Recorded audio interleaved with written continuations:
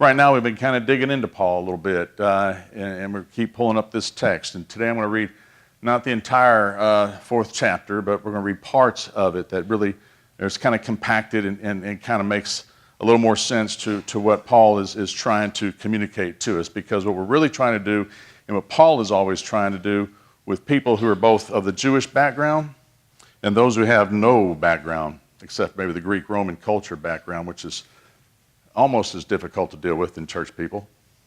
So he's having to deal with that and trying to remind them of who they are. Who are we? Who are you? What is your purpose? What's your being here? Who defines who you are? Because in our society, who defines who we are is always our occupation, right? Generally, when people say, what do you do for a living? We don't go out and say, well, I'm an ambassador for Jesus Christ. We say, well, I'm a teacher. Well, here's my company that I work for. This is what my job can do for you. This is what I can do. This is what I do. Here's my card. We never say, I'm a child of God. That's who I am. We kind of get embarrassed by that sometimes, and mainly because the church has some bad PR problems, and so we kind of get embarrassed because we don't want people to think we're one of those types of Christians who are actually proud of their faith and flamboyant in their faith, I guess is another way of putting it. But Paul writes this letter, and he's trying to help these people identify with who they are. And he's writing to his friends in the city of Ephesus, which is another place I wanted to visit, but it's in a rough part of the neighborhood and out there. And so for the first 3 chapters of this letter, Paul does not tell them one thing to do. Anybody have children? If they take off or do something, have you ever just sat and had a conversation with them without telling them what to do? Anybody write their letter to them while they're in college? Remember those letters? Or tell them something that they tell them, you ever tell them what not to do, or here's this or here's that? Well, here's Paul writing this letter. He spends the first 3 chapters not saying one thing that he is to do, what they are to do. Think about that just for the briefest moment. That's pretty profound. Because here is Paul, okay? He's not a little guy. He's not a little fish in a big pond. He's the top dog in my mind. He has been powered by this creator of ours with this great task of spreading this new faith in Jesus Christ. Not just in Jerusalem or the surrounding areas of Jerusalem where everybody felt comfortable, but throughout the world as they knew it, which is a little bit smaller. So throughout the world, he has this tremendous task of sharing and spreading this new faith. He has crossed borders where he is going to converse with both those who are in the Jewish faith and those who are not of a faith. And his task is monumental, okay? You could say that Paul can be compared to a CEO of a very large corporation who oversees hundreds and hundreds of church starts across a vast land, the entire world as he knew it. And so now Paul, after given this great task, finds himself out of pocket for a while, a few months. He's in jail as a consequence for sharing or talking about his faith. His only means to communicate with the world around him, with his churches, is by a chief pad and a number 2 pencil. That's it. No cell phones, no text messages, no Snapchat, not even Twitter. Not available. The only way he can communicate to all these churches is by simple of writing a letter. And it's not even that simple, is it? You just can't put it in an envelope and put it in the mailbox. You got to hand it to somebody that you trust, somebody you know is going to be faithful. And then they take that letter, then they have to cross lands, borders. May take days, may take weeks, it doesn't matter, but they have to deliver that, hand deliver that to that person. So just thinking about that, about what would you write if you were in this situation and you had to handle these very fragile little companies that you are overseeing, what would you say? You may never talk to them again. So for 3 chapters, Paul really doesn't tell them what to do. That's not my style. My kids will tell you that. My staff will tell you that. My former staff will tell you that. But just think about that just for a moment. What would you say? Instead of telling them what they should do for 3 chapters, Paul tells them who they are. That is different than what they may have thought they were. It's different than what their society teaches them that they are. Paul says this: you are blessed by God. You are adopted by God. You are redeemed by God. You are forgiven by God. You have been included in God's inheritance. And then he tells them, you are marked by God like a tattoo. You are sealed by God that cannot be broken. You are raised up by God. You have been given access to God's most precious will, his understanding for your life and the life of this world. That's awesome. And then he tells them, you are destined by God to do great things. You are God's own people. You have been given hope through the calling to which God has chosen you to do for yourself and for other people. And then he tells them, you are alive because of God. You have been brought near because of God. You are citizens of the saints. You are members of the very household of God. So to the church, God announces for 3 chapters who they are, what God has done for them, and how the Spirit dwells in their midst.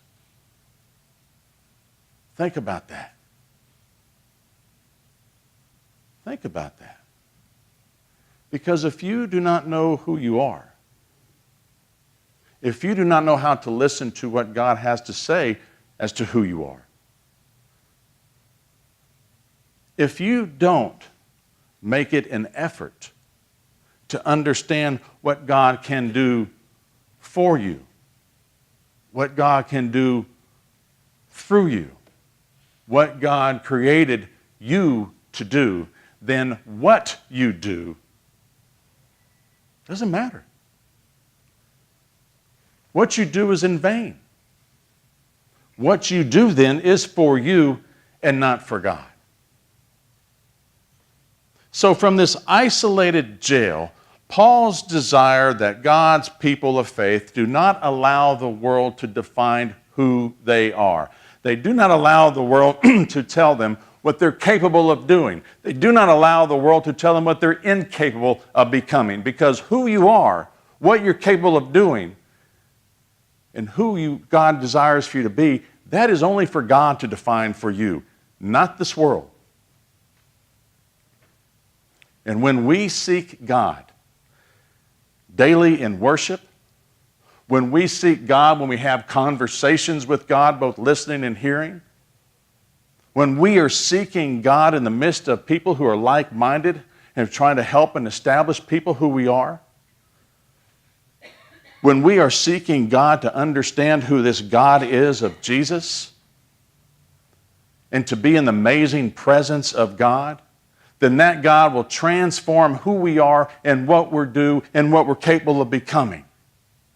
And we will understand what it truly means to live as God's chosen people. So for 3 chapters, Paul tells the people of Ephesus who they are. And now, for the 4th chapter, he begins to take a look. He begins to tell them what it is that they need to do. He begins to tell them what it looks like for them to live in this whole new reality of being God's children. And we cannot get there unless you become God's child. So first, Paul tells them who they are. Then, Paul tells them what you do. That's important. It's vital. Why?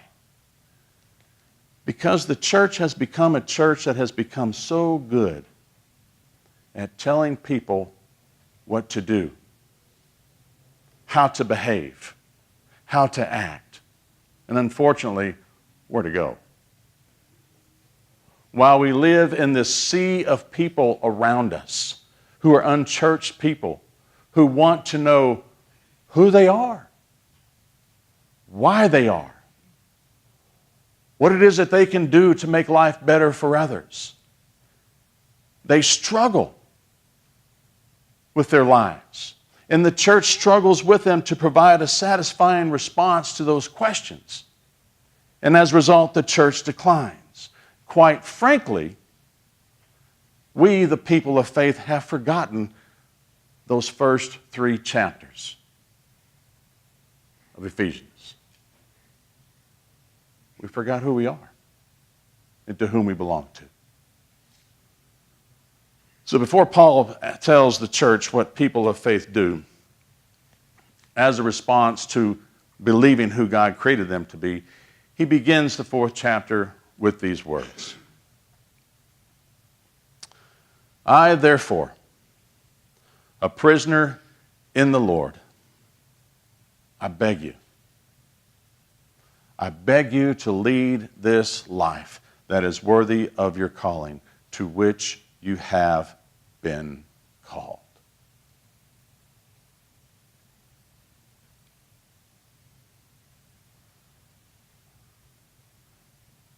Begging is a very strong word. But what Paul is really trying to emphasize is telling his people that living this life of God, a life that God has destined you to live, is better than anything that you can possibly fathom between your ears of a way of life that you think it can be lived that's better than anything else. I will never forget a conversation I had with a young person many years ago. He was a part of the youth group, a great dynamic kid, and he went off to college and he came back on break and he asked me a question I really didn't know how to respond to, and I regret it. He says, is it a sin to be ambitious? And I didn't know how to respond to that. But what he was doing was he was reflecting on his years at college. He was reflecting on something he found in college, a major that really got him fired up. And he started visualizing that if I really put all my energy and effort into this major, and if I could become that person I think, then I'm going to find myself making X amount of dollars, then being comfortable for the rest of my life. And he wanted to put everything he had into that to make it for himself. That was ambition for him. And he was asking me, is that ambitious? Is that a sin? And I would say to them today, I believe it's a sin, not because of what you're doing, but because of who you see that you are. Does that make sense? It doesn't matter what money he makes. It doesn't matter what job he has. It doesn't matter what car he drives. He can drive anything. He has 15 cars. It doesn't matter. But if that's who defines who he is, then there's something wrong with that. Because he has forgotten who his Creator created him to be. And I wish I answered that. I gave him a better answer than that, than what I gave him. Because ambition is another word that we use for passion.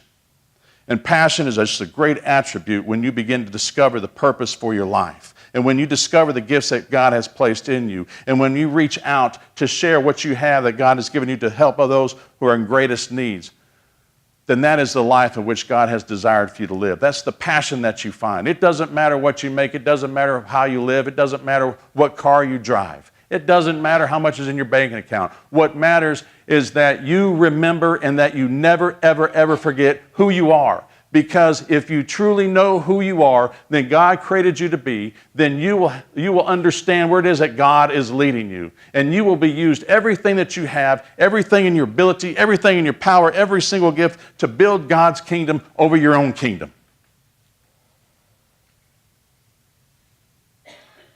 I'm begging you to understand this, to lead this life.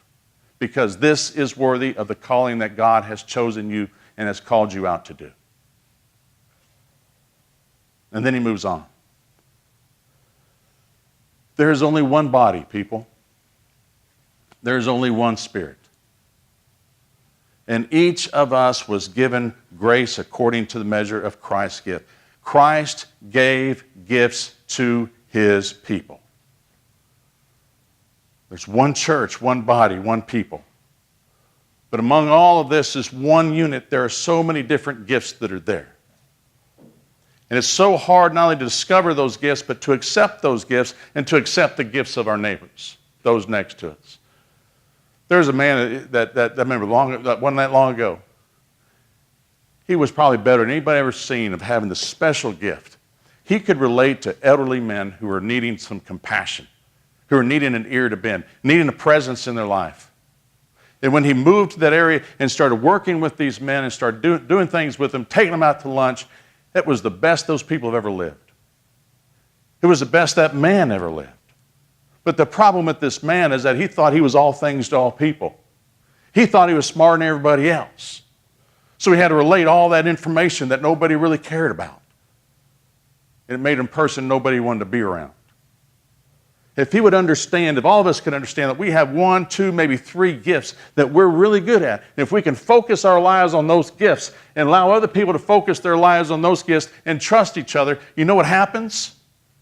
We become one in the Spirit of God that moves and dwells among us. Because God has designed you for a specific reason. Do you know what that reason is? Most of us do not. But when we do, then it's amazing what stops in the bickering and what starts in the ministry. Find it. Find it. And then he moves on. Paul says, you know, here are the gifts. And the gifts that he gave us, some would be apostles and some would be prophets, some evangelism, some would be pastors, some would be teachers. And the whole purpose of having all that is to equip us, is to build us up, is to unite us, is to make us mature until we can measure up to Christ. This statement here should tell us something about who we are and what we are to do. We're not here to sit, we're here to do, but we cannot do unless we know who we are. You following me? It is an important statement that reminds us that we are here for a reason, that we do have work that we need to do. And we have leaders in this congregation whose whole role and gifts are to equip us and to build us up and to unite us and to help us to mature so that we can do the very things that Jesus did when he was on this earth. Now I'm going to say this about our leadership. You know, back in the good old days, you know how you got church leadership? You look around the room and you say, well, who's not here? Oh, Johnny's not here. He's the chair of the board. All in favor, say aye. How spirit-filled is that? And so do we get. We get disasters, people, church leaders, because it's a position nobody wants. Those days are long gone. The leadership that we have in this church, from the elders down to everyone that serves on a board, administration board, everybody involved with that, are there for a reason. And it's a united people. They're there to do what they're called to do, and they come together in a unified effort to do to go in the direction of God's choosing.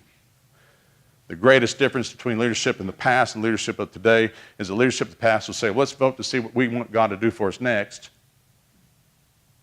Leadership of the day says, let's really discern where it is that God is leading us, and let's go. And how can we build up? How can we equip? How can we teach? How can we unite the people of God to go in that direction where God is choosing to us to live? A much different model, isn't it? Someone like Paul put this together. Very profound statement. And it's very necessary because we're here to serve a purpose. Our purpose is not out there to do what we want to do and then come in here and hope to God we go to heaven. Our purpose is to find God here. So when we go out and do those things out there, that we're far more effective, far more loving, far more compassionate, far more caring than we ever thought possible. Because we are now doing together the very things that Christ did on this earth. And it's not a bad thing if you trust it. But none of this works, you cannot do, if you do not know who you are, or it's all in vain. Or you're just another selfie on Facebook. Look what I've done. Got Jesus in my pocket. We don't need that. So here's what I want you to do. I want you to close your eyes, and if you've been closing your eyes, go ahead and reboot. Okay? I want you to close your eyes. And I truly, truly, truly want you to open up your ears. And I really, more than anything, I want you to open your heart. And I want you to allow God's voice to speak to you through Paul's big chief pad and number 2 pencil. You are blessed by God. People, you have been adopted by God. Your life has been redeemed by God. All those things that you've done, forgiven by God. You are included in God's inheritance. You are marked by God like a tattoo, sealed by God. You have been raised up by God. You have been given access to God's very own will. You are destined by God to do great things. You are God's own people. You have been given hope through your calling, which we call ministry. You are alive, truly alive because of God. Not just breathing, but alive. You have been brought near to God. You are citizens with the saints that have gone before us and the very people of God's own household. So help us, O God, to hear your voice, who defines our lives and overrides all those other voices that places limits on our abilities. Amen.